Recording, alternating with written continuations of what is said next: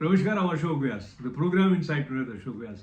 I have the presence of Sunil Modi ji as well as Dr. Krishna Chandak. And Krishna ji brings wealth of his experience as well as wisdom from Shastras, how he has helped many people cure from their disease as a physician. He has been a teacher and he was also conferred a very important recognition.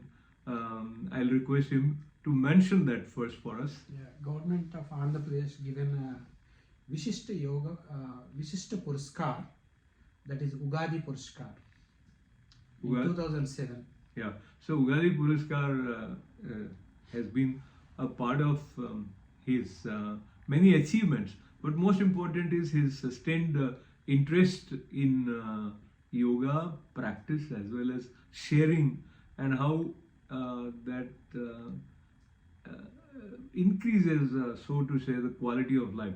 And Sunil ji has also been a yoga practitioner.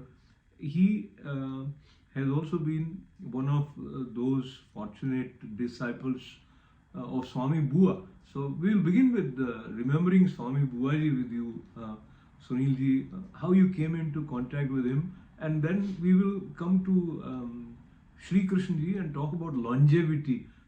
Because Swami Bua, I believe he was 100 plus. No? He lived to be 120. Yes. Oh, 120. Talk to me about your memory of being in his presence and what was special about him that you kind of maintained very special bond with him. So Swami Bua lived in New York from 1970 till 2010. He did not want to be known. He did not seek fame or to be known. So only people that were seriously interested in yoga would find him, and he will keep you around him only if you are serious about learning yoga. Otherwise, he'll figure out a way of making sure you don't come back. So he lived in the heart of Manhattan, near Lincoln Center, and we were just fortunate. I had followed many yoga teachers in the past.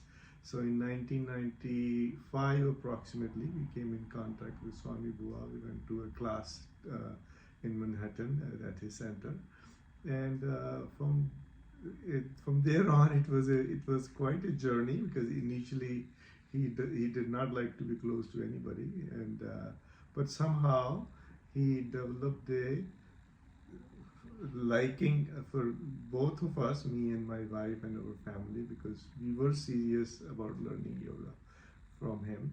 And so that's how we discovered him, and we found one of the greatest guru of yoga, greatest guru of the Shastras, right here in New York. We did not have to search for him in India. So that was our So blessing. many of you may not be aware that there have been such yogis in New York also. Of course, they came from India, but like Swami Bua, having crossed 100, but he was active, and it was a very special presence, and he is known for having extended Shankh Vadan or conch shell which he had. But I would like Sri Krishna ji to look at life in its totality. Nobody wants to die, we all want to live. What is it that you think is so special about being a human? Which See, my perspective is completely living is okay. That is what Swami Bhua, he is a contemporary to great Swami Shivananda, and both once my friend Balayogi Bhavanani, his father is also both given a good international yoga conferences. He is Gitananda Giri from Pondicherry. They given lectures in UK and all over the world. Not only that, he is a contemporary and close associate with Swami Shivananda. Nowadays, Swami Shivananda Divine Life Society known to almost all the yoga people all over the world. So Swami Bhua is also same from Tamil Nadu, I think so. So, and Swami Shivananda is also from Tamil Nadu. So he is a great personality, no doubt about it. And human life according to Ayurveda, the full life is 120 years. So we blessed and he also made it. But my consciousness and my ideas about life according to Vedanta or Jnaneshwari and all the things. So if you see Jnandev, at that time from a great saint of Hatha Yogi, he lived 350 years. And another great yogi in our history, that is, I am very proud about that. I am also from Telugu. So why Telugu is Trilinga Swami. Telugu Swami. Trilinga Swami, because Telugu came from Trilinga. Trilinga means Kalahasti, Draksharamam and Srisailam. The people lived in that area. Now still we are, the Andhra is also still in the Trilingas are also, we are very fortunate. So he is a Trilinga Swami because of he has born and brought up in this land, and finally he lived in Kashi as a living god like Vishweshwara. He is also, but Telugu people are very very fortunate. Not only that, my guru and so many people are in Telugu land, they born and they made yoga the world famous. So anyhow, that is one more important context. He lived 280 years. Man. Record. So these people are lived long, but at the same time, so I want to just mention about that. So this the great Swamiji lived 350 years, and the some problem came, and he want to address to Sant Jnaneshwar or Jnandev. So at that time he was only 16 or 17 years. So he want to address, finally end up with a blank paper or blank notes, and then he said, Jnandev, so whatever he practices all 350 years, it make the, in philosophically we say what the blanks, the pure state. Then I want to write, and he wrote and all the things. This is the great thing, is not living is more not an important. For example, Swami Vivekananda, he lived only 39 years, and Swami Ramatirtha 32 years, Sant Jnandev 21 years, and Shankaracharya 32 years. 32. 32. So if you see how long you are living is one aspect. What is your contribution to this society, that is more important.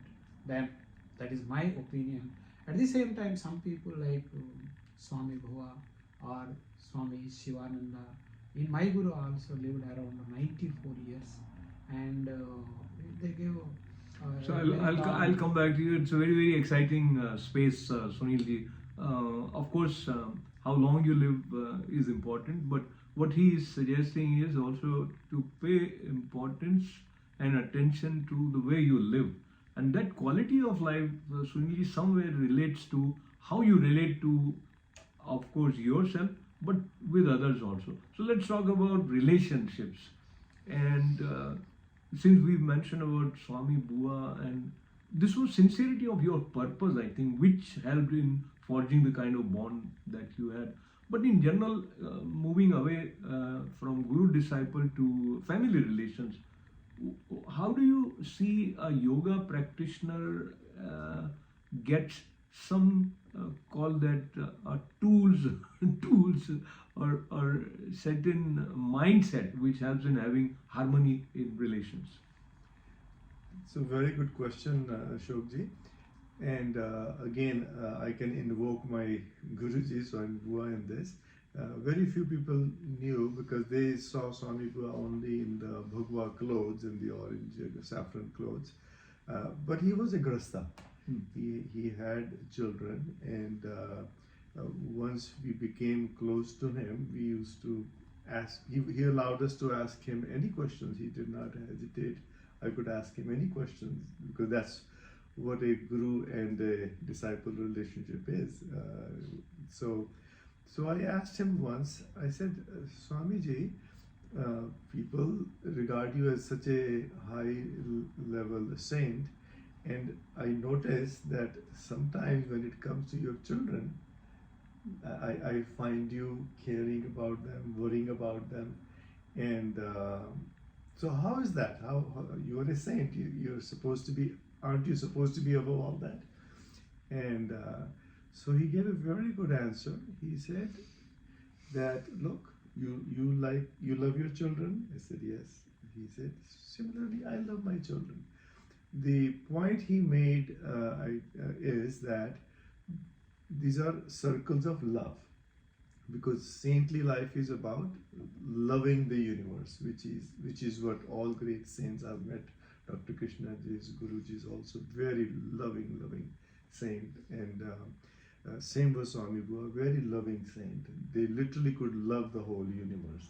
They personified love, and so this is what I learned from him, that like your question, Ashokji, about relationships within the family, relationship within the friend circle, relationships with the community, and so these are all circles of love.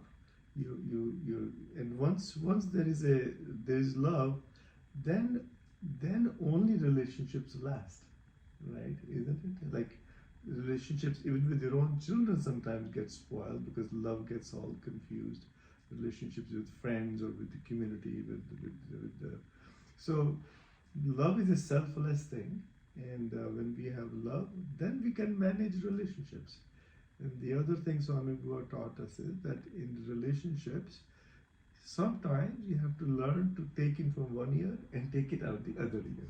It may sound crude, but this is one lesson we learned from him. All his students learned from him this lesson, that sometimes you have to be able to, because in relationships you end up saying things sometimes you don't, either you didn't realize it what you were saying, you didn't quite mean it, you regret it, but you're not able to say sorry.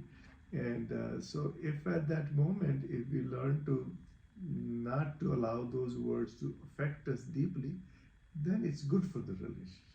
I think you make a very important point. It is relevant, practical for everyone, and as in modern day gurus who talk about self-development also refers again and again that where attention goes, energy flows. So if you are attending to something where you felt not good, then that sort of feeling would increase and grow. And as Sunil mentioned, if you ignore certain references which are not pleasing, then probably it is good for everyone. And he also mentioned, Sri Krishna ji, that when there is love, then there are solutions. So what is love if we try to understand that definition? And if I may add, he was referring to Swami Bua, and we often hear the term detachment.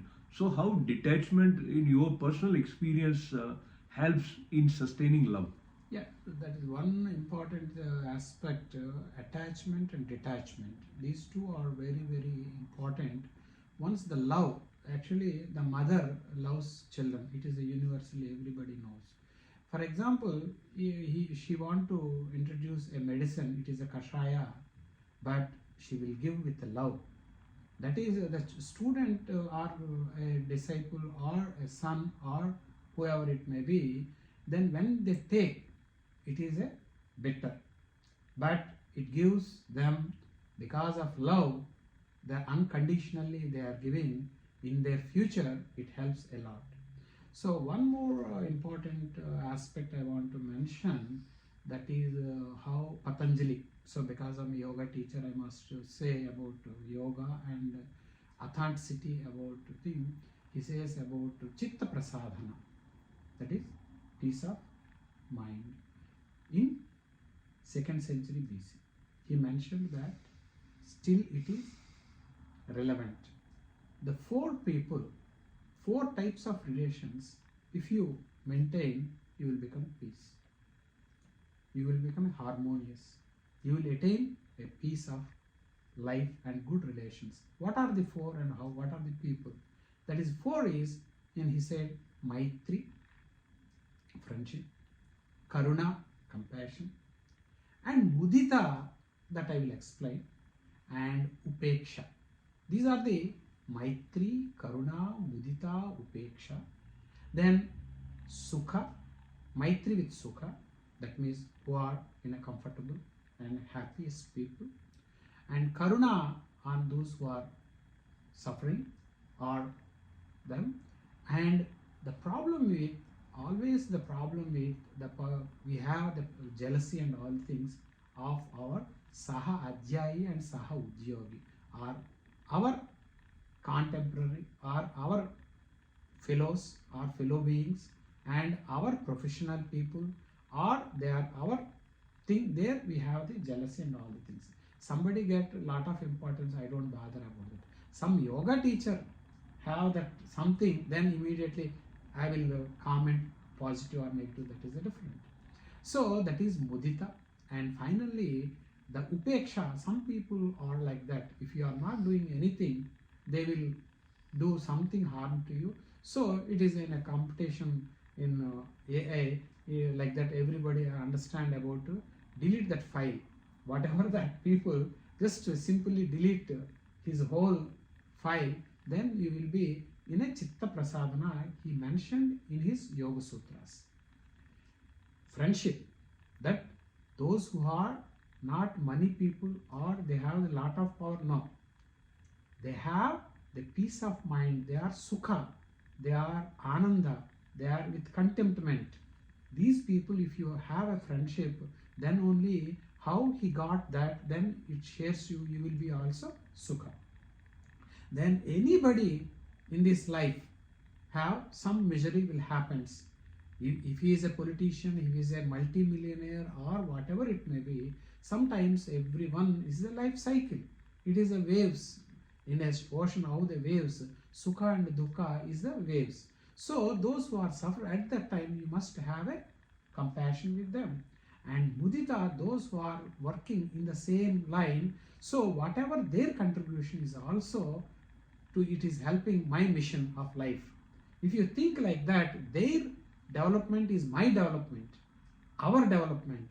And if you think that that is mudita. And some people are doing to the society or to your personal life or all things, better you just delete his whole file in your mind chip. Beautiful. That is chitta prasadana according to Patanjali. So Patanjali ji, and then the reference that Sri Krishna ji brought for us to consider Maitri, Karuna, Mudita, Upeksha.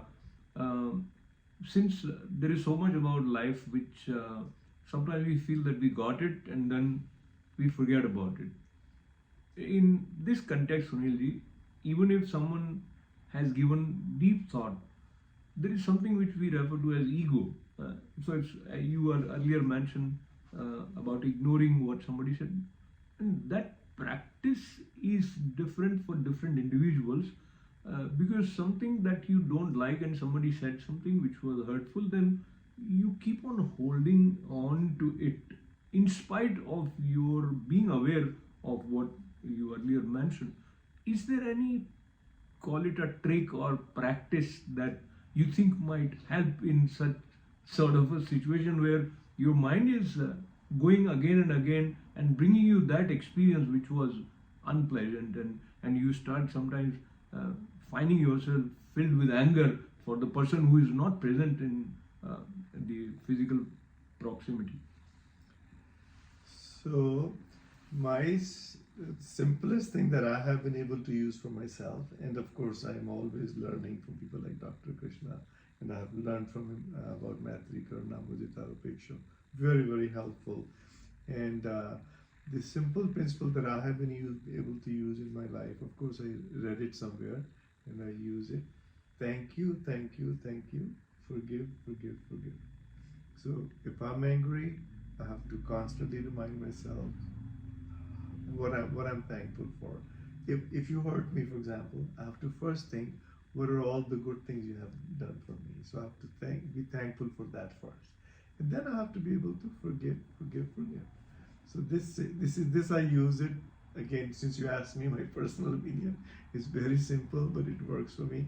Thank you, thank you, thank you. And I do say it 3 times because there's too much to be thankful for.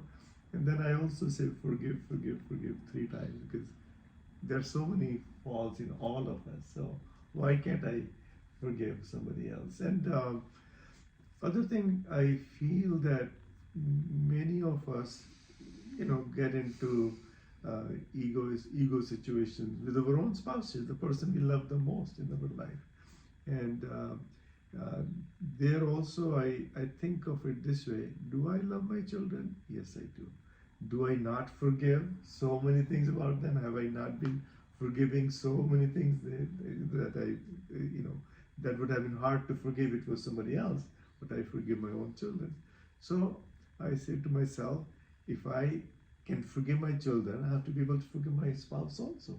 So do I not love my spouse just as much as I love my children? So this simple principle I just use for myself. I don't know.